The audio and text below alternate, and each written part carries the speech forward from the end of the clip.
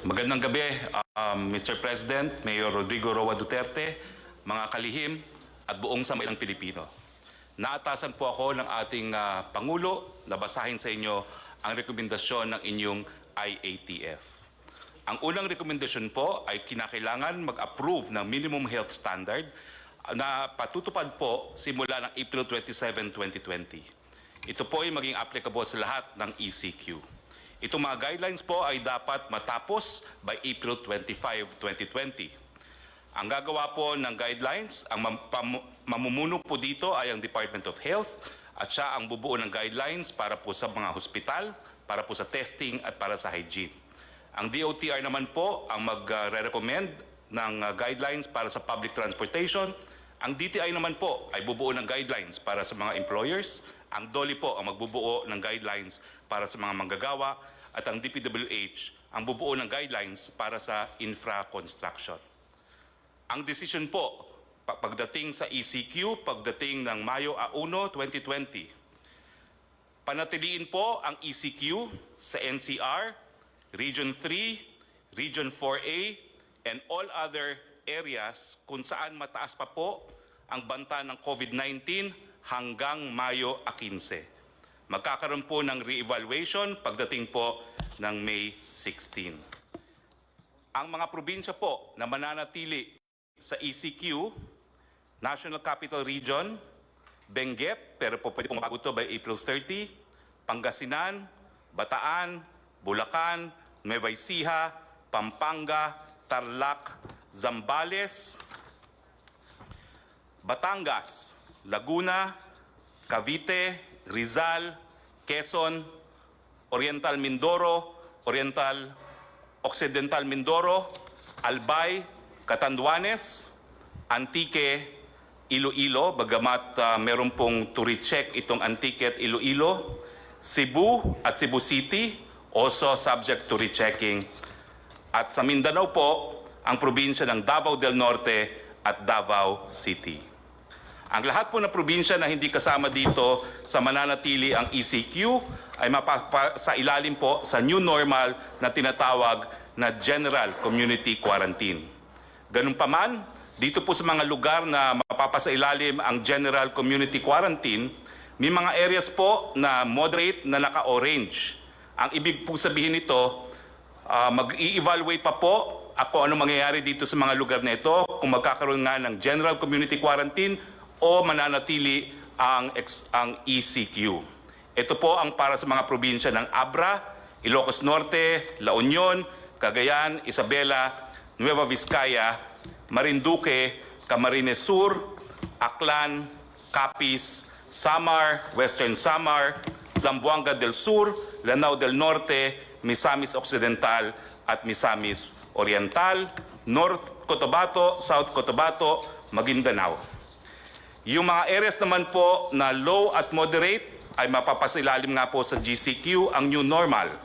Yung mga moderate na areas po ay ang mga probinsyang Negros Occidental, Negros Oriental, Siquijor, Davao del Sur, Davao Oriental, Sultan Kudarat, Lanao del Sur. At yung mga low po na areas na mapapasilalim din sa General Community Quarantine ay mga probinsya ng Apayao, Mountain Province, Ifugao, Kalinga, Ilocos Sur, Batanes, Quirino, Aurora, Palawan, Romblon, Camarines Norte, Sorsogon, Masbate, Guimaras, Bohol, Biliran, Eastern Samar, Leyte, Northern Samar, Southern Leyte, Zamboanga del Norte, Zamboanga Sibugay, Bukidnon, Camiguin, Davao Occidental, Sarangani, Agusan del Sur, Dinagat Island, Surigao del Norte, Surigao del Sur, Agusan del Norte, Basilan at Sulu. Ano po ang recommendation sa mga areas under General Community Quarantine? Ito po yung mga lugar na hindi na mapapasailalim sa ECQ. Pwede pong magtrabaho ang mga manggagawa sa Sector 1, 2, and 3. Ito po yung gagawin on a work-in phase. Yung mga bata po, edad 0 hanggang 20, at yung mga matatanda, 60 and up, and high health risk, mananatili po sila sa kanilang mga tahanan. Papayagan po ang mall opening covering non-leisure shops. Papayagan po yung mga priority and essential construction projects na mag-resume. Papayagan po ang mga non-workers to go out to buy goods and services except those pertaining to Sector Category 4, yung leisure at mga kabataan. Papayagan din po ang public transport na mag-operate at reduce capacity at ang LGU po to enforce curfew at night dun po sa mga hindi manggagawa. For GCQ areas, General Community Quarantine, i-consider po ang reprioritizing ng SAP cash subsidy towards ECQ areas. Ibig sabihin, yung SAP po na para sa areas na hindi na po under ECQ, siyempre po yung cash subsidy, kinakailangan pag-aralan na ibuhos doon sa mga areas under ECQ pa rin. Yung mga GCQ areas, consider to allow na po yung high school, higher education institute, HEI school year to finish and give credentials to students. Sa ECQ and GCQ areas, bubuksan po ang mga paliparan at ang mga puerto para sa mga goods lamang. Yung option po to shift to GCQ sa mga moderate to low risk area by industry. Nagbigay po sila ng rekomendasyon na 100% opening para sa agrikultura, fishery, forestry, sa food manufacturing at lahat po ng supply chain including ink, packaging, raw materials, sa food retail, supermarket, restaurant for takeout and delivery only, mga hospital, logistics, water, energy, internet, telecoms, media. Yung opsyon naman po sa GCQ, sa moderate to low risk area by industry, ang rekomendasyon po ay buksan from 50 to 100% opening. Yung other manufacturing po, gaya na electronics and exports, yung e-commerce and delivery for essential and non-essential items, yung repair and maintenance services po, housing and office services. Yung option po to shift to GCQ in moderate to low risk area by industry, consider po na buksan hanggang 50% on-site work and 50% work from home. Mga financial services, BPO, other non-leisure wholesale and retail trade, other non-leisure services. Yung option po sa low risk to moderate areas na buksan by industry, consider for 100% closure. Maski po low to moderate risk, consider for 100% closure pa rin dahil po ang mga transmitters ay kabataan mula edad 0 to 20, lahat na eskwelahan. I-consider po ang late opening sa Setyembre except po sa online learning, yung leisure, amusement, gaming and fitness, yung kid industry na tinatawag, turismo, all gatherings including religious conferences at iba pa, limited opening po ng malls at limited opening ng construction. Yan po ang rekomendasyon ng inyong IATF. Maraming salamat po. Maraming salamat, Presidential Spokesman or the new spokesman of the government sa Executive Department. Alam mo, wala tayong magawa. Ito, kita mo, Navy itong hindi na wala tayong kaya sa Navy. May mga barko bangka lang yun akin sa Davao. I have to do it because everybody is doing it. It's wearing a mask. Ni ako mismo, hindi ako, I cannot guarantee or anybody else for that matter in this table na hindi tatamaan. We are all at risk. But do not increase the odds or the chances of getting it. I never said I will declare martial law kasi martial law para lang yan sa mga rebelde, para sa mga komunista.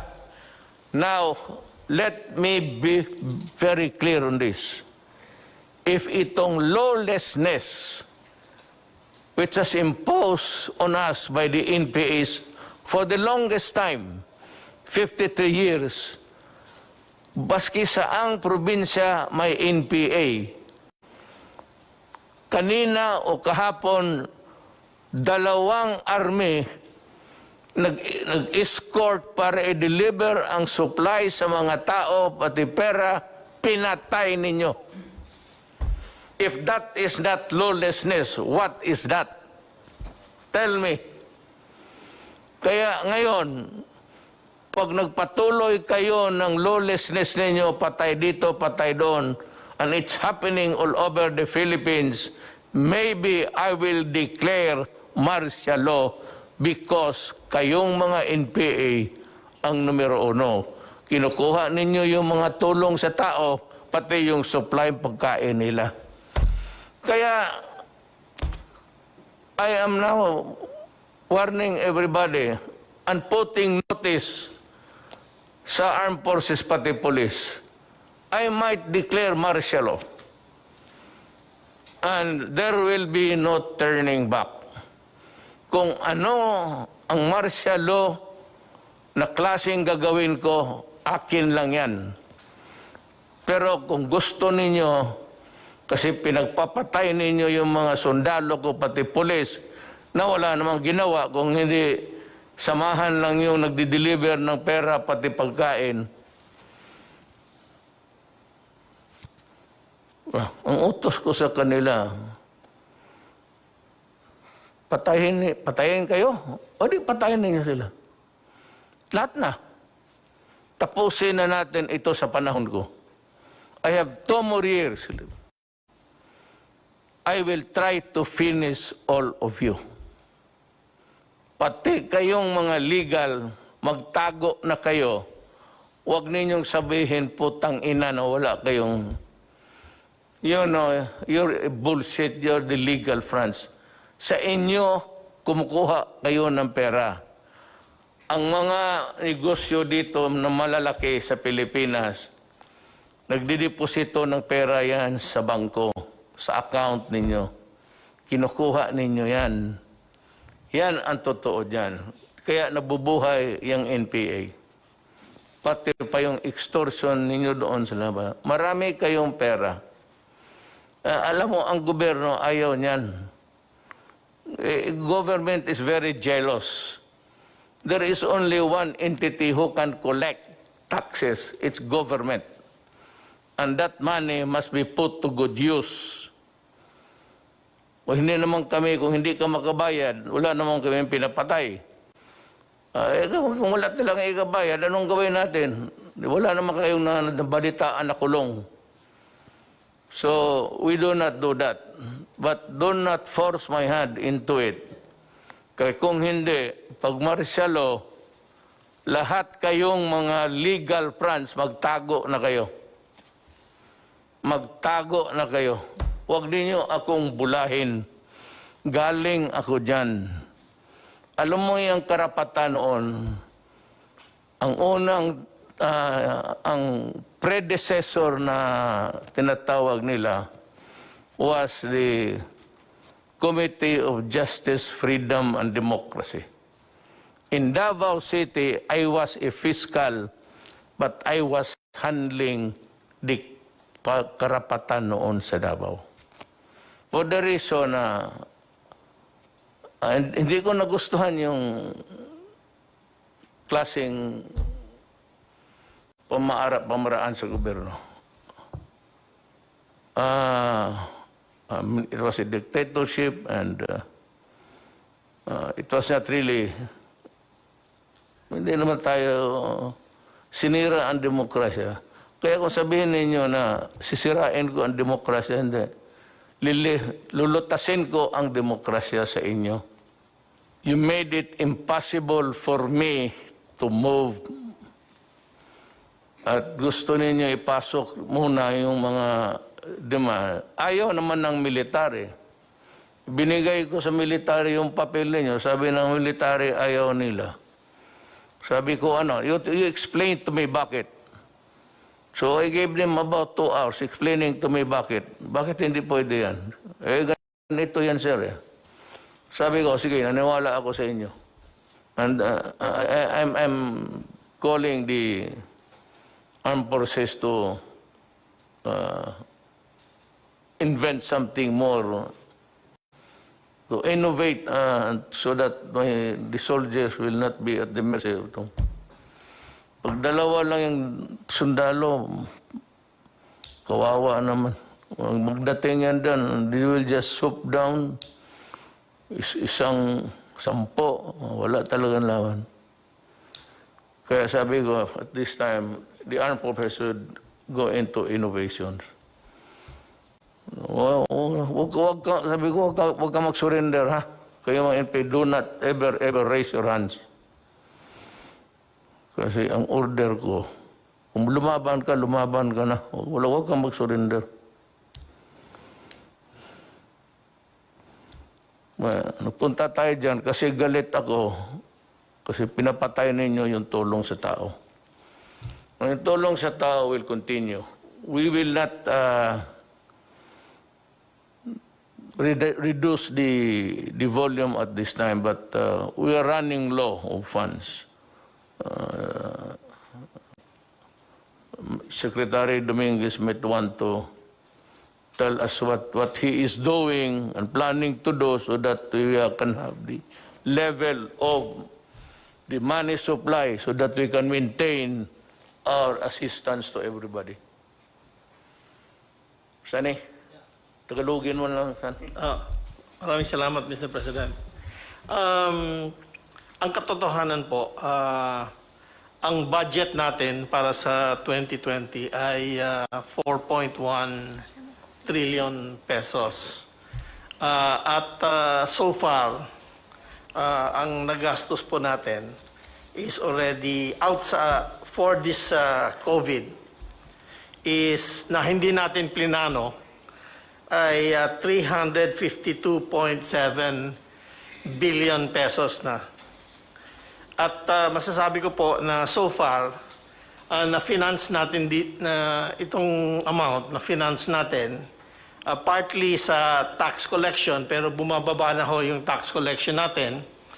Ang balanse, pininanso natin sa sarili nating savings at humiram pa tayo ng pera sa mga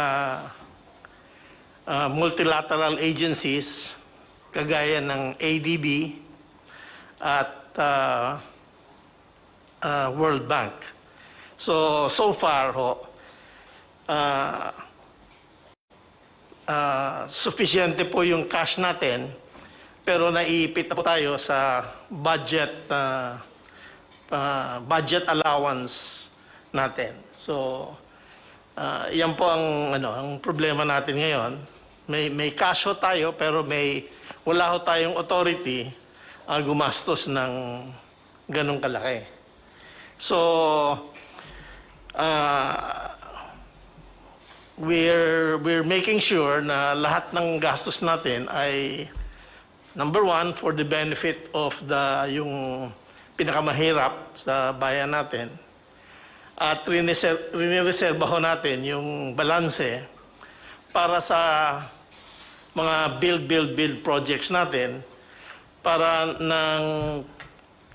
pag natapos na itong COVID, may pera tayo pang invest sa build ho. At saka we will create jobs and we will create business opportunities with that. Thank you ho. Actually, what Sunny is telling us is that there's money for now. Because, alam mo, yung budget nga natin, yung ginawa last year to be implemented now, walang COVID dyan. So, Department of DSWD, Highways, Department of Trade and Industry, Health, nakaplantsa na yan. So ngayon, pagdating ng COVID, tanggalan ko yan ng mga proyekto dito sa highways.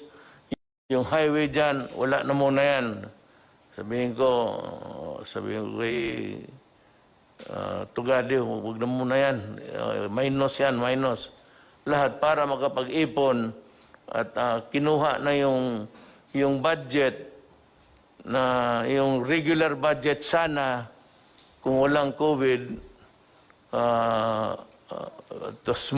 going smoothly to be implemented this year. But because of the COVID, yung first and second, third quarter, alam mo wala yung pera. Sabi ko, hangin lang yan. Yung sinasabi ni isa pang itong walang alam na ugok ito si Trillanes. Nagsasalita ng trillion ng hangin. Trillion of cubic meters of air in your head. And it is too tight. That is why para kang buang sa salita ka ng trillion. Kaya ikaw yung putang ina pa, rebuilde ka pa dyan. Hindi ka pala marunong eh. Kita mo kung nanalo kayo, ano nangyari sa Pilipinas? Puro porma, puro hambog, puro hamon. At batukan mo raw ako, sabihin ko sa driver ko, sampalin ka. Ang driver ko lang, utosan ko, kaya handyan ka lang. Ang tingin ko sa iyo, ka-level mo, driver, ulol. Yan. So, yan ang ating, kinukuha na natin yung mga projects this year. Wala na sabihin, kalimutan mo na muna yun. That was prepared. Preparado na yun. Eh, dumating COVID. Wala. Ito. What we are making sure, Sunny has said earlier in the previous meeting, that if the funds are not sufficient, they will have to borrow. Then, if the borrowed money is not enough, then we have to sell the assets. Yung cultural center, maraming sinong mayaman dito na pargawain niyang mansyon. Iyo na yan. Magsalida ka araw-araw dyan, mag-isa. Lahat ng lupa, pagbili ko, para itulong ko sa tao, kasi why am I talking this way? You know why? There is no telling how long, gaano katagal itong COVID sa buhay natin. Kaya lang, at least one of the redeeming factors now, hindi pa man nga sila nag-succeed, but they are working at it. Nandyan sila, punong-puno yung kamay nila sa trabaho. And they are working, and there are signs that they will succeed. Sabi ko sa iyo, sa oras lalabas ang vaccine, i-lift ko kaagad. I-lift ko, wala nang seremonya. Huwag na kayong maghintay, basta pagsabi may vaccine. And by the way, yung 10 million ko na sa ating mga scientists dito sa Pilipinas, yung mga doktor, mga ano natin, the bright Filipinos who are there working day and night, trying to find out how to combat COVID, I'm raising the bounty to 50 million. 50 million ho ang ibigay ko sa grupo because it is a collegial thing, hindi naman sa isang tao. 50 million. Baka pag sa ligaya ko, another 50 million. So that's, pagka mayroon nandyan na, kung maligaya ako masyado, di 100, puro kayo milyonaryo. Eh, huwag kayong mahiya, tanggapin yan. Total, sabihin, Mayor, ginawa namin ito para sa bayan. Sabihin ko ito, isauli ko ito kay Dominguez. Gusto niya, hindi na ito, maibalik. Sige, Mayor. Yung kaya mga bata, you can put the money to good use. Oo. Basta ako ngayon, 50 million ako. Kung ang Pilipino makakuha ng, yung alam ng Amerikano, yung mga puti, yung sa Europe, alam rin ng Pilipino yan. So, pabilisan lang yan. That is why I said I'm if I'd like to ask do they need to funding to continue working, sir? Itong mga scientists natin working at the vaccine thing, do they need a funding? Yung pong PCHRD, which is I think attached to the Department of Science and Technology, meron naman po silang pondo para sa pagpapatuloy na pananaliksik o research for vaccine production. But I'm not sure if this particular vaccine that they are developing is specifically for COVID-19. Aalamin ko pa po kung isinama na po nila ito sa kanila pong kasalukuyang research work. Well, anyway, whatever it is, as long as they are working on to find out, to discover COVID, it does not really matter to me. What matters to me is the let me use that, is the dedication and the load of work that they are performing. So, kung kailangan nila ng additional funding, all they have to do, I'm announcing it, is magsabi rin sa iyo. And I'd be glad to kung hindi masyadong malaki, I said, ipit tayo sa pera, I will readily give it to them. I'd rather spend all of our money in connection with COVID. Discovery, assistance, lahat. Kaya dito nakatutok tayo. Every time that we meet, ladies and gentlemen, hindi tayo lalabas sa COVID. COVID lang tayo. Huwag tayo na ngayon nagsalita ako ng komunista at itong mga putang ina mga komunista dito. Kasi sa COVID na mangyari, maraming gutom, maraming hindi nakakain, maraming hindi nakakatanim. So walang pera. That is why papasok ang gobyerno, tulungan sila. Kaya naman, pinagbabaril itong mga putang inang NPA na ito, kaya napunta tayo doon. But that is COVID-connected. Because nagkasakit o hindi makapaghanap buhay because of COVID. You have to connect. Hindi sabihin mo, rumble on. Itong mahilig, itong mga gagong sabi, try to rumble onto some other matters and mumble. Alam mo ganito, itong mga putang ina, di ba matay itong mga putang ina to. Marinig niyo yan. Tapos mumbling. Basta, I am just putting notice to everybody that itong komunista, malaki ang gastos natin. Do you know how much we spend sa isang putok lang? Marinig mo man yan. Brrrr! Isang putok yan, 35 pesos. Tang-ina ninyo. Yung 35, ilang ilang sundalong yan. Abusaya, pati kayong mga komunista. Ilang 35 pesos yan. Yung bala ninyo, yun yung bala ng mga sundalo na pinatay ninyo. Kaya ginagamit ninyo pera ng tao pagpatay ng sundalo. Kuha ninyo. Yung mga mortar ninyo, those are the armaments and equipments na nakalkal ninyo sa mga patay na sundalo.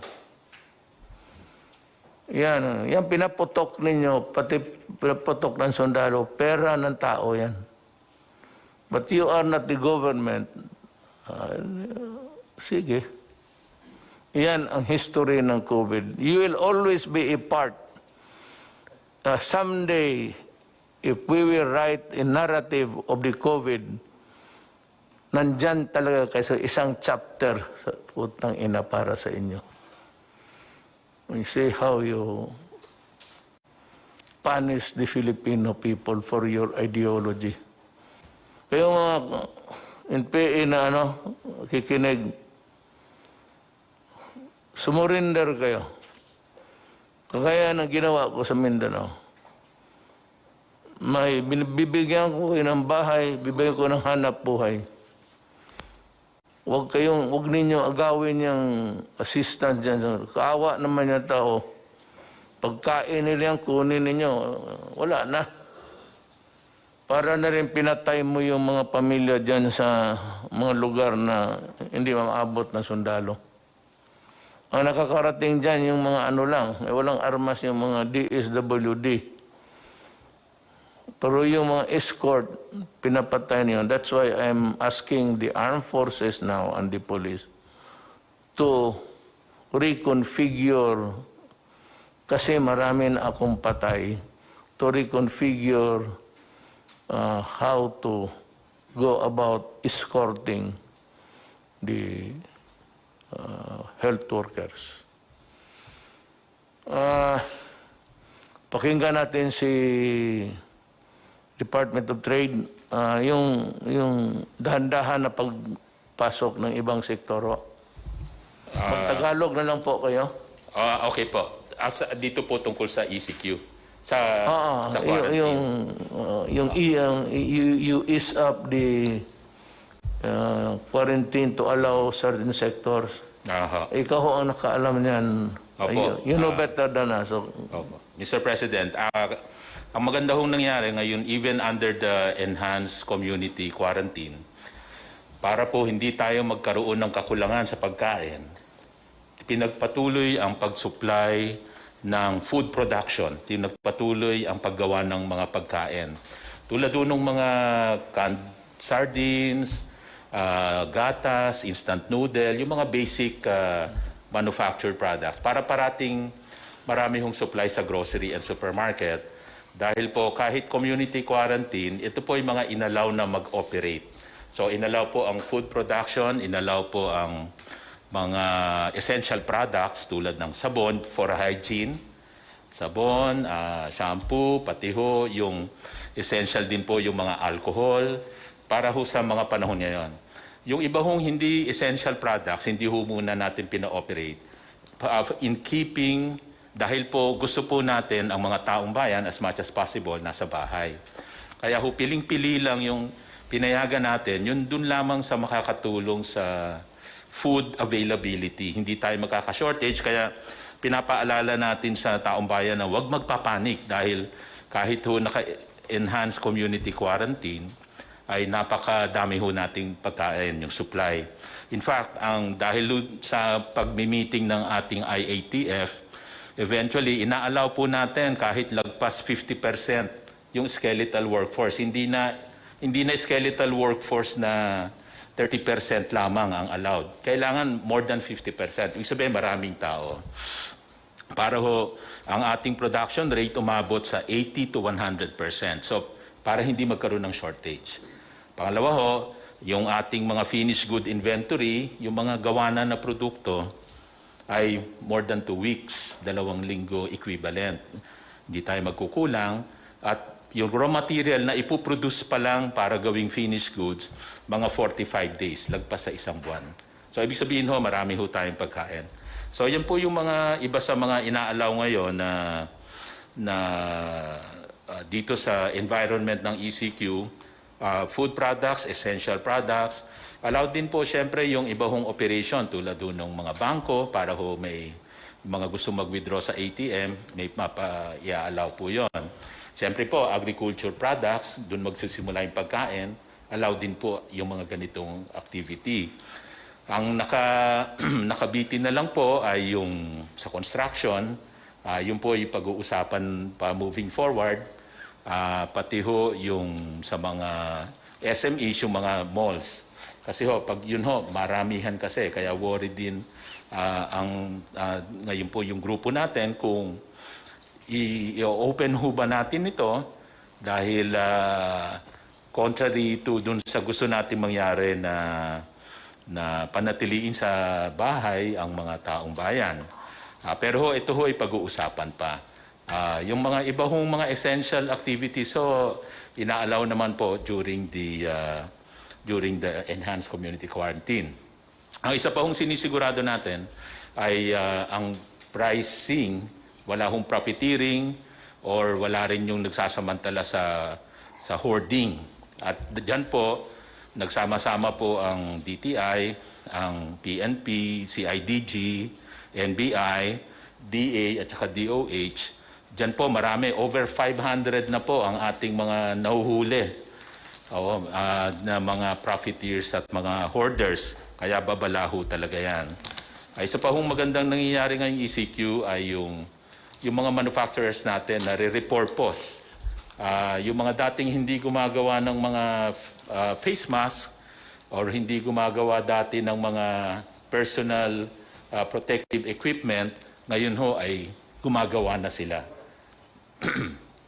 Tulad ho nung mga mask na suot natin ngayon, ay yung iba ho dyan ay ginagawa na ng mga manufacturers natin ngayon.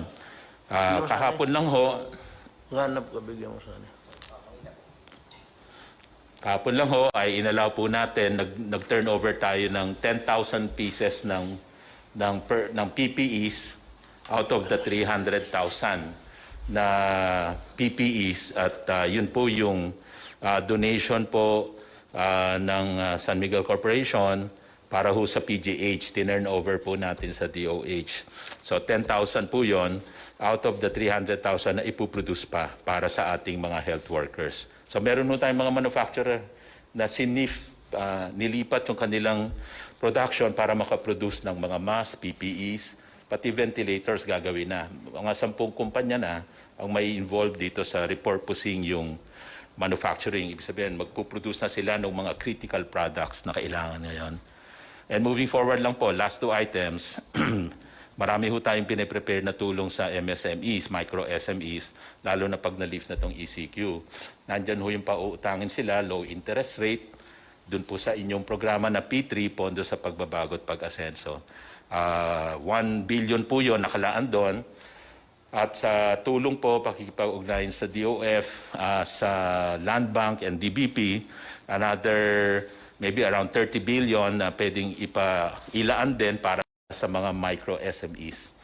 Kasi yung micro SMEs, pahihiramin po para meron silang working capital pagka i-restart natin yung economy. Kasi aside from the MSME, yung isang tulong ay yung wage subsidy sa worker na nirelease po ng SSS, BIR at DOF. So, para talagang matulungan sila sa pag-restart ng economy. And lastly, dahil po sa Bayanihan Act ay nagkaroon po ng grace period. Hindi muna babayaran yung loan at grace period ho pagdating sa renta. Yun po yung inyong kinover. Para ho wala dapat paalisin na umuupa sa residential, pati yung renta ng mga micro SME sa mga commercial places. So marami ho tayong prepare na programa para ho sa micro SMEs. Thank you, Mr. President. Salamat, Secretary Lopez. We'll wind up with the 3 speakers from Secretary Dar. Still about food supply. Then we go to the health aspect. Thank you, Mr. President, fellow cabinet members. Ang pinag-uusapan kasi natin dito yung pundo, no? And our budget for this year is finite. We're only pegged at 4.1 trillion, out of which ang antimano kaagad na automatically appropriated doon ay 1.249 trillion, tapos yung 2.8 trillion, yun yung new appropriation. Para saan yung new appropriation? Yun yung binibigay natin personal services, MOOE, financial expenses at capital outlay. Now, hindi naman natin ini-expect itong COVID. Bigla na nga lang dumating. Dito po sa capital outlay, nahati po ito sa dalawa. Yung for comprehensive release at saka yung for later release. Yung pong for comprehensive release, hindi po natin pwedeng galawin antimano yan kasi automatically release na yan sa mga province, sa mga government agencies and departments. At saka yung mga IRA, at saka yung debt servicing natin. So, Antimano, ang pwede lang natin galawin, which we have done, is 397 billion more or less. Ito yung capital outlay ng mga departments at saka nung Congress initiated, no?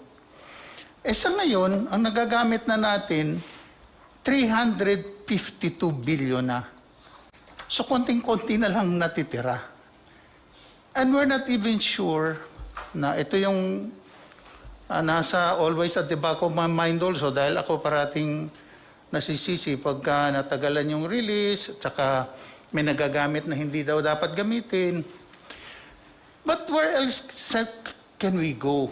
Ito talaga yung sitwasyon na eh.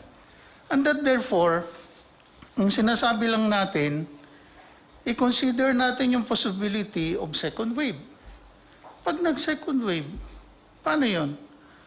Nag-usap kami ng ADC with NEDA and the UF, and we have to come up with a forward planning on what will be the direction. And that would require a lot of funding. The new normal should allow us to provide more jobs to the people para maging productive sila. Yan ang hindi naintindihan ng tao, karamihan, is that ako ho, dependent ako sa Congress. Powerful nga ang presidente, lahat. Ang Congress, sila lang, yung pati yung empleyado nila. Diyan sa Congress lang. Yan na sila. Pero itong Congress, especially yung lower house, ika nga sa English, the purse. Ibig sabihin, hindi ako makagastos ng pera hanggang hindi sabihin ng House, then approval by the Senate, pero manggaling talaga sa House, na sige, bigyan ka namin ng 300 billion na hangin para magamit mo. Yung 300 billion, kukolektahin pa po yan. Wala kong ready money.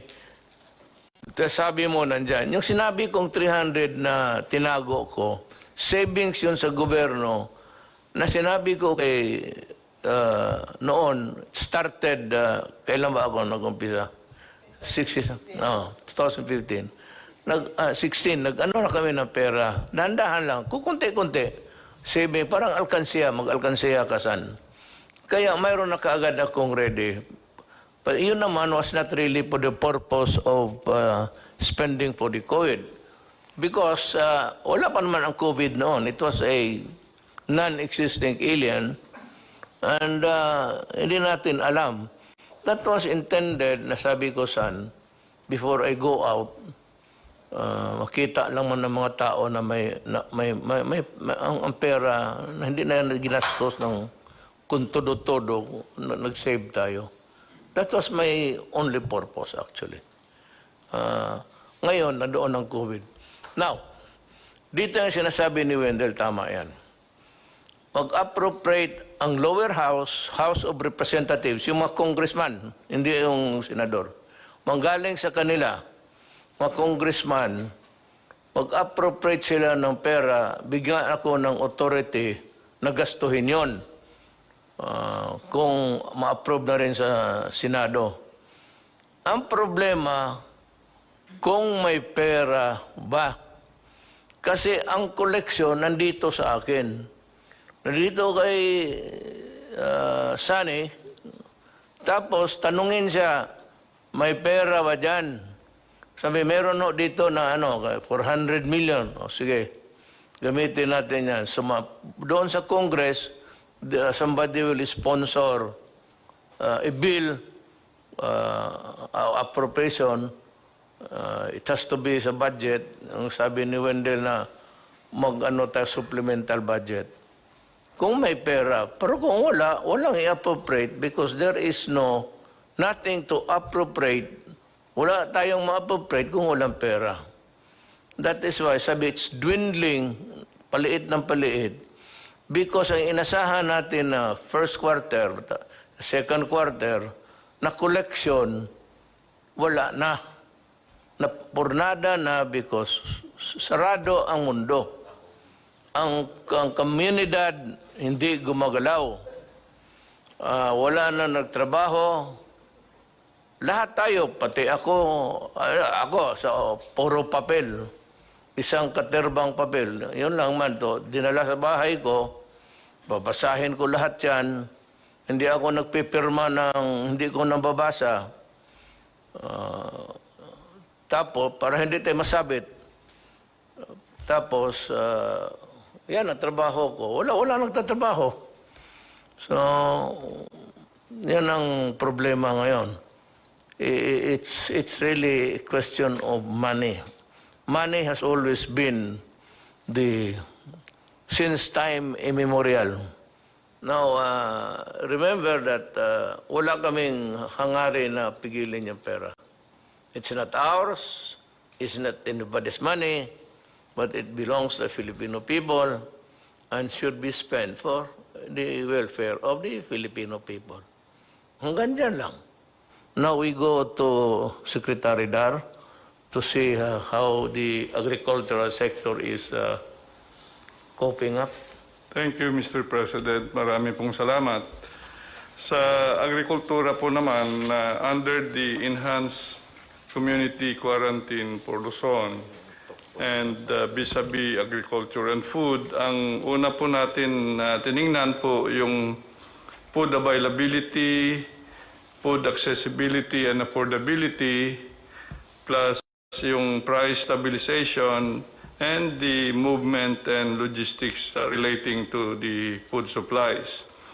At the initial stage, Mr. President, ng ECQ, may opening naman ang agrikultura, skeletal level, but even with that, of course, we were practicing again all the health or quarantine measures, may physical distancing at saka din paggamit ng face mask. Then after 1 month, doon sa IATF po, nadagdagan na po yung level na mga aktibidades doon sa kanayunan. So nasa optimum level tayo ngayon sa farming, sa fishing, at related sa lahat po ng even yung mga manufacturing ng agricultural inputs, fertilizers, pesticides, and the like. So marami po tayong, matotal mayroon akong individually maibigay na datos, but overall, mayroon tayong sapat po na pagkain. Yung initial days lang, yung mayroon mga sobrang maigpit sa kanayunan, mas lalo sa barangay na nag-checkpoint. So doon tayo nagka-prone na little problem. But over this time now, hanggang ngayon na ay okay na po yung food supplies, yung movement. Kasi simulat sa pool naman, ang ITF ay nagsabi na there is unhampered movement ng mga cargoes, both food and non-food. So sa bigas po, ang rice outlook natin dito sa taon na ito, mayroon tayong demand na 14.6 million metric tons. Ang supply ay 17.9 million metric tons. So, may deficit na 3.3 million metric tons. Pero gumawa na tayo ng mga hakbang para ang ending sufficiency level natin sa taon na ito ay from a level of 87% lang po kasi ngayon yung naproproduce natin dito sa bansa. Pero with now the additional 8.5 billion pesos for the Rice Resiliency Project, it will bring us to 94% po yung domestic rice production natin. May isang ano lang ako, bago ko makalimutan, isingit ko na lang. And I have asked Bong to talk about this because he was the one he was the proponent of submitting it to me. Bong. Magandang gabi po.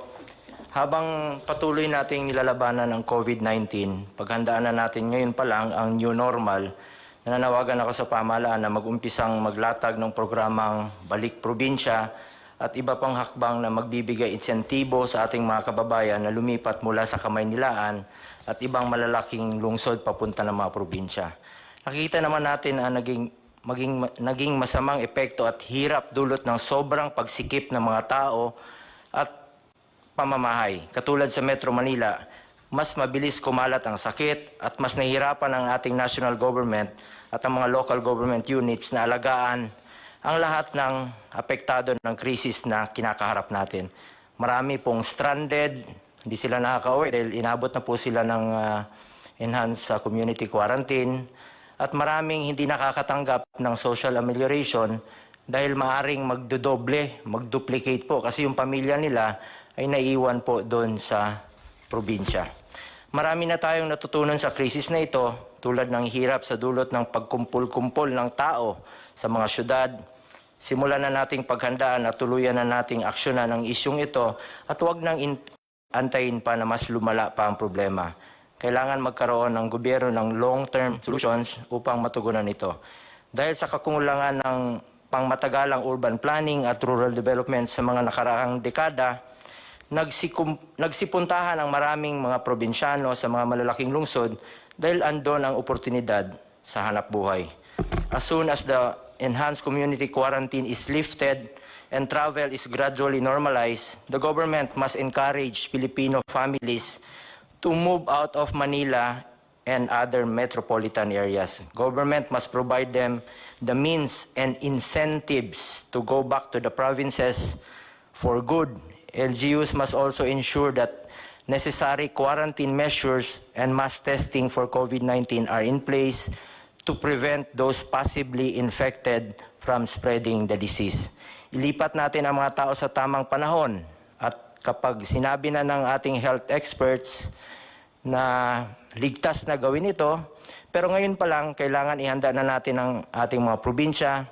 Dapat masiguro na may kapasidad ang mga probinsya na maalagaan sila at mabigyan ng matitirhan, makakain at ikabubuhay. Mapapagaan rin natin ang pinapasa ng mga syudad kapag nabawasan ang tao sa lugar nila. Katulad ng mga illegal settlers ngayon, dikit-dikit talaga yung mga bahay. Kung hindi natin ito aksyonan agad, hindi matatapos ang problema natin sa kalungsuran. Sa programang Balik Probinsya, mapapabilis din natin ang pag-unlad ng mga kanayunan. Sa paghihikayat sa mga mamumuhunan na magbukas ng mga negosyo sa mga lalawigan, magkakaroon ng mas maraming oportunidad ang mga kababayan natin. Hindi na nila kailangang lumuwas pa ng Kamaynilaan at lumayo sa kanilang mga mahal sa buhay o kanilang mga pamilya. Kaya mahalagang magbigay din tayo ng mga insentibo sa mga negosyante o mga mamumuhunan ito. Kami po ni Pangulong Duterte ay probinsyano rin, taga Davao, taga Mindanao. Doon po kami lumaki at tulad ng iba pang mga probinsyano, doon rin namin nais bumalik pagkatapos ng aming pagsiservisyo sa bayan. Dapat tayo po ang mag-provide ang gobyerno ng mga buses o barko o anumang transportasyon para makabalik na sila sa kanilang mga probinsya. Magtulungan tayo, magbayanihan po tayo para malampasan ang krisis na ito. Sa bawat problema nating hinaharap, oportunidad rin ito na magkaroon ng mas maayos at matatag na solusyon para sa ating bansa. Thank you. Maganda yan, Bong. Go home to the province. They have the means of going back there. And there is a promise kasi kung what you would give them is hope. Importante yan. Yung that if they go there, some of them might really leave the city of Manila or its environment with a heavy heart. But we have to provide the transportation at sabihin natin, if you go back, ganito. What is really very important is we give them hope. It's a very important yung hope ng tao. So si Secretary Lopez. Yeah, Mr. President, actually gusto namin suportahan yung proposal ni Senator Bong. Kasi yung balik probinsya, tama ho yung sinasabi nyo, will bring hope. Kaya kami ho, pwede nating masuportahan yun by pushing yung investment papunta doon. How do we push it?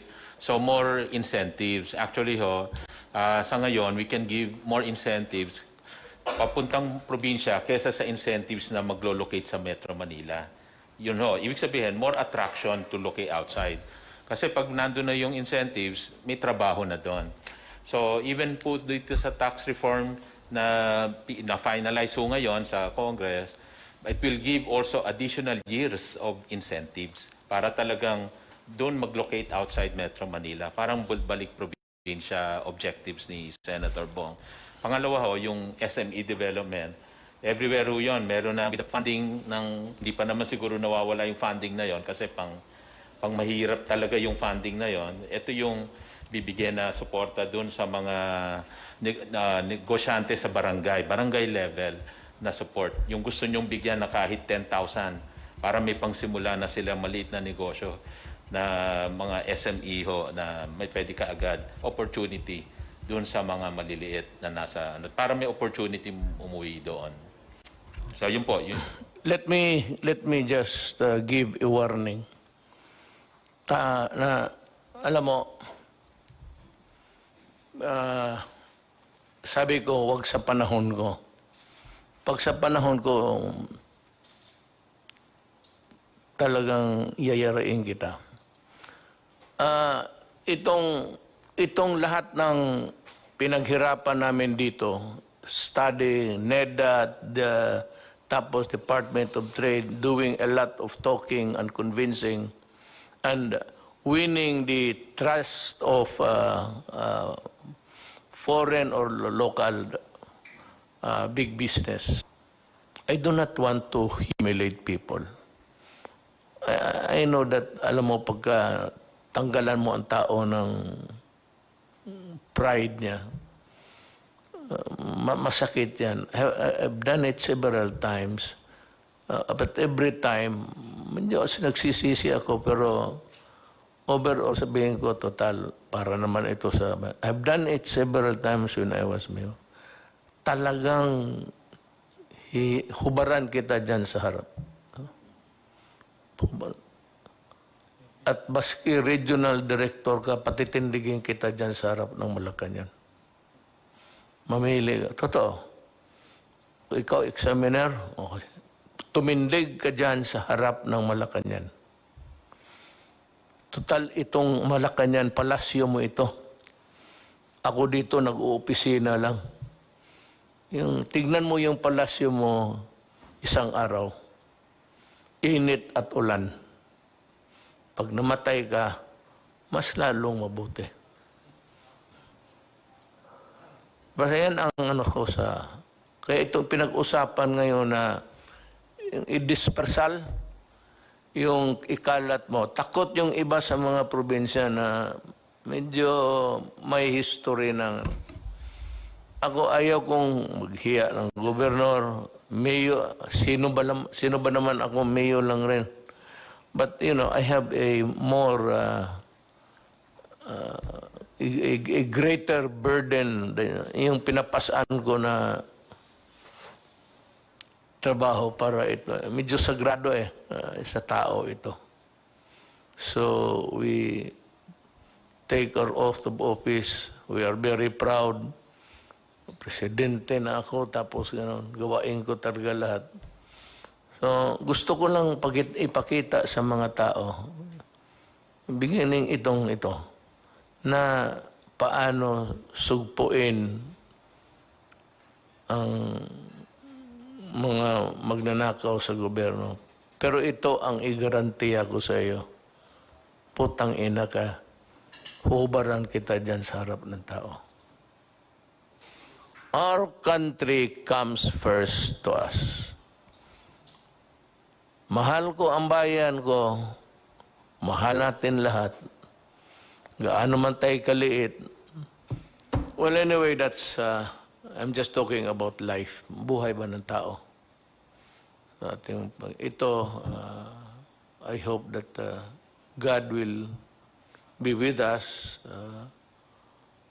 May sarili akong Diyos na doon ako nakatutok to help me because I'm having a hard time carrying the load of the nation. Nung nakapag-ECQ po tayo, nagkaroon po tayo ng sapat na panahon kahit na papano na maihanda po at mapaunlad ang kakayahan ng ating pong sektor ng pangkalusugan, ang mga ospital, ang ating pong mga beds, ang ating pong mga ventilator machines, ang ating pong mga isolation rooms, ang ating pong mga quarantine facilities. Ay nakita naman po ninyo siguro, Mr. President, yung ating PICC, ang ating pong World Trade Center, ang ating pong Rizal Memorial Complex, ang ating pong New Clark City, Athletes Village, at mga iba pa pong mga bagong gawang mga quarantine facilities, ay talagang yan po ay napalawig na po natin, napaunlad na po natin ang kanilang kapasidad. Kaya talagang napakaganda po nung inyong pasya na isagawa po itong enhanced community quarantine. At sa aspeto po naman ng kaperahan o sa funding, ang inyo pong PhilHealth ay nakapag-advance po o nakapag-desisyon ng board na mag-advance ng 30 billion pesos para po sa mga ospital, sa pampubliko at sa pribadong sektor para lahat po ng mga COVID patients ay babayaran po through the COVID benefit package.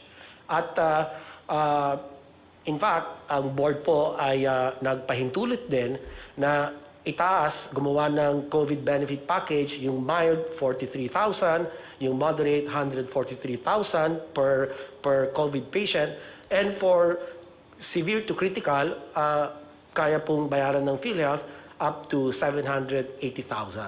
So inihanda po natin pati ang funding para po sa ating mga COVID patients.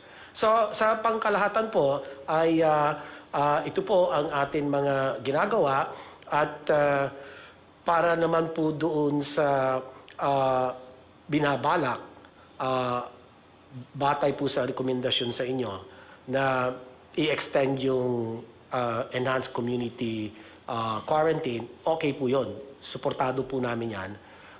Kung meron naman pong kinakailangan na luwagan yung mga lugar na sa kasalukuyan naka-enhance community quarantine, ay siguraduhin lang po natin na yung mga pamantayan ng kalusugan or minimum health standards ay dapat pong nakatalaga bago po magluwag. Dahil sa bandang huli po, ang kalusugan ng taong bayan po ang atin pinangangalagaan higit po sa lahat. Maraming salamat po, Ginoong Presidente. Salamat, Secretary Roque.